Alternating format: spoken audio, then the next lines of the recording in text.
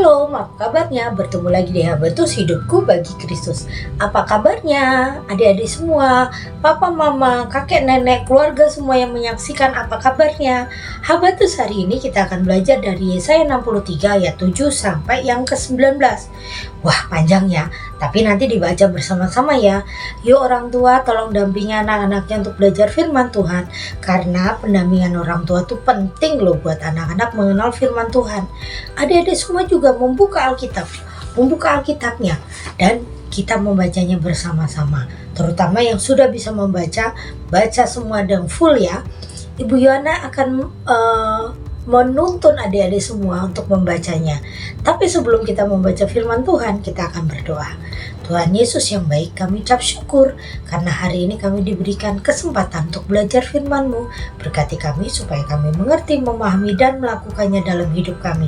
Dan hanya di dalam nama Yesus kami percaya berdoa, haleluya, amin. Adik-adik, Ibu Yohana akan membacakan 3 ayat dari bacaan kita hari ini. 3 ayat ini penting untuk pelajaran kita. Dari ayat 8, 9, dan 10. Ia berfirman, sungguh merekalah umatku, anak-anak yang tidak akan berlaku curang. Dialah juru selamat mereka dalam segala kesesakan mereka. Bukan seorang duta atau utusan, melainkan ia sendirilah yang menyelamatkan mereka. Dialah yang menebus mereka dalam kasih-Nya dan belas kasihan-Nya. Ia mengangkat dan menggendong mereka selama zaman dahulu, namun mereka memberontak dan mendukakan rohnya dan yang kudus. Maka ia berbalik menjadi musuh dan ia sendiri berperang melawan mereka. Ayat ini mengingatkan kita bagaimana baiknya Tuhan dalam menuntun bangsa Israel. Selama ratusan tahun mereka diperbudak di tanah Mesir. Mereka dipaksa kerja dengan keras. Mereka tidak digaji. Mereka melakukannya dengan siksaan. Mereka merintih di hadapan Tuhan untuk dibebaskan. Tuhan memakai Musa untuk membebaskan mereka dari tanah Mesir. Selama mereka perjalanan 40 tahun dari tanah Mesir ke Kanaan, begitu banyak yang Tuhan kerjakan dalam hidup mereka. Tuhan memberikan keajaiban, pemeliharaan, perlindungan yang luar biasa. Contohnya, banyak hal, tapi Ibu Yohana akan mencontohkan 1 atau 2 hal. Waktu mereka keluar dari tanah Mesir, Tuhan membelah laut Teberau. Mereka bisa berjalan di tengah-tengahnya. Tuhan juga memimpin dengan tiang awan dan tiang api. Tuhan juga memberikan makanan dari surga, mana, biskuit dari surga. Wah, makanan yang enak itu dari surga. Dari surga sendiri turun untuk memberkati mereka. Mereka mengumpulkannya tiap pagi. Terus Tuhan memelihara mereka dengan daging. Tuhan memberikan air. Tuhan mau jaga mereka dari bangsa-bangsa yang jahat. Tuhan memelihara mereka luar biasa.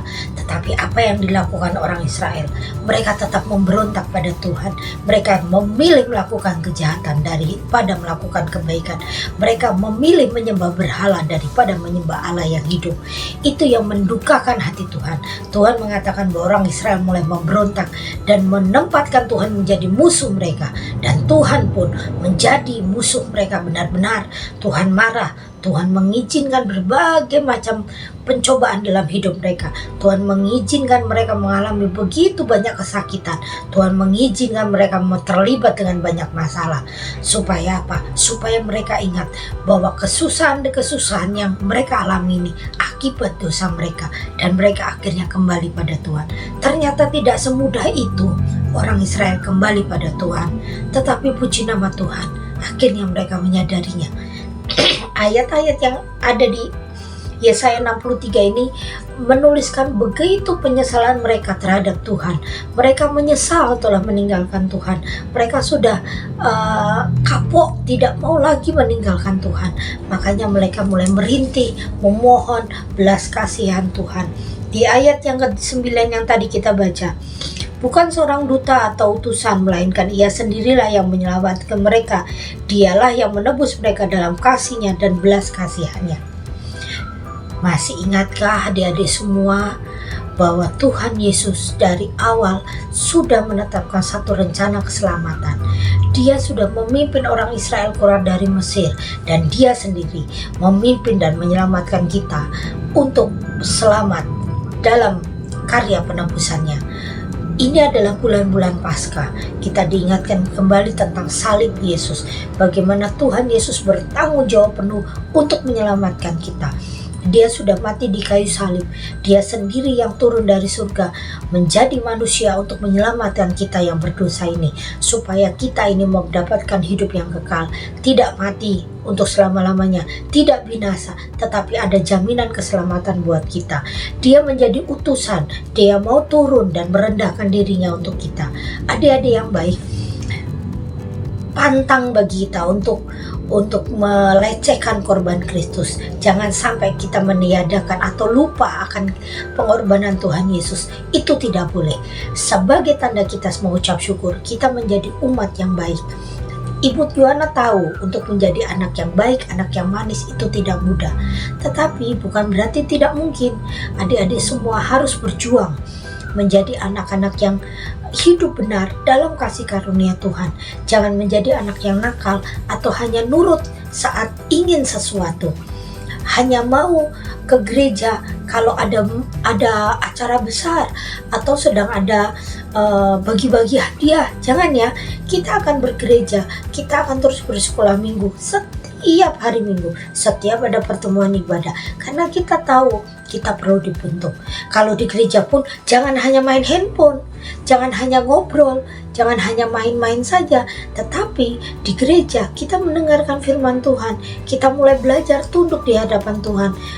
Tidak boleh ya di gereja adik-adik semua, papa mama juga, kakek nenek dan semua keluarga, saat kita di gereja tidak boleh main game, tidak boleh juga WhatsAppan atau melihat tayangan-tayangan TikTok atau IG. Tetapi kita di gereja kurang lebih 1 jam kita memberikan waktu kita untuk mendengarkan firman Tuhan. Adik-adik semua, salah satu cara kita untuk tidak memberontak adalah itu tadi, ke gereja, mendengarkan firman Tuhan, melakukan kebaikan demi kebaikan. Mengapa kita melakukan baik? Bukan karena kita masuk surga, bukan supaya masuk surga ya, tetapi kita melakukan kebaikan dan kebenaran karena Tuhan sudah baik pada kita, karena Tuhan sudah menebus kita dari dosa, sehingga kita harus menyalurkan keberkat Tuhan itu kepada orang lain. Kebaikan kita itu salah satu wujud kita bersyukur pada Tuhan.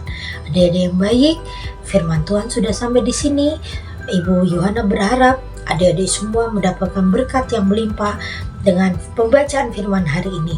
Lakukan kebenaran, berhenti memberontak, berhenti nakal, ayo kembali pada jalan kebenaran.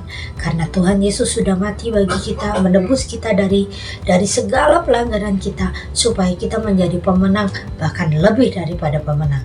Kita berdoa, Tuhan Yesus, terima kasih Kau sudah mau turun dari surga untuk kami semua.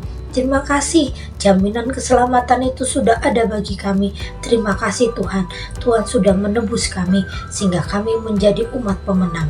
Berkati kami Tuhan, adik-adik semua yang menyaksikan tayangan ini, papa, mama, kakek, nenek, dan keluarga-keluarga yang menyaksikan tayangan ini diberkati supaya menjadi keluarga umat Tuhan yang kuat dan terus berpegang pada firman Tuhan. Bila di antara kami ada yang sedang memberontak dan lebih suka melakukan kejahatan, Tuhan tolong tegur dan kuatkan lagi, tarik kembali menjadi pelaku-pelaku firman yang luar biasa. Terima kasih Tuhan untuk firman-Mu hari ini, dan hanya di dalam nama Yesus kami percaya berdoa. Haleluya, amin. Sampai bertemu di Habatus, hidupku bagi Kristus. Habatus Renungan Harian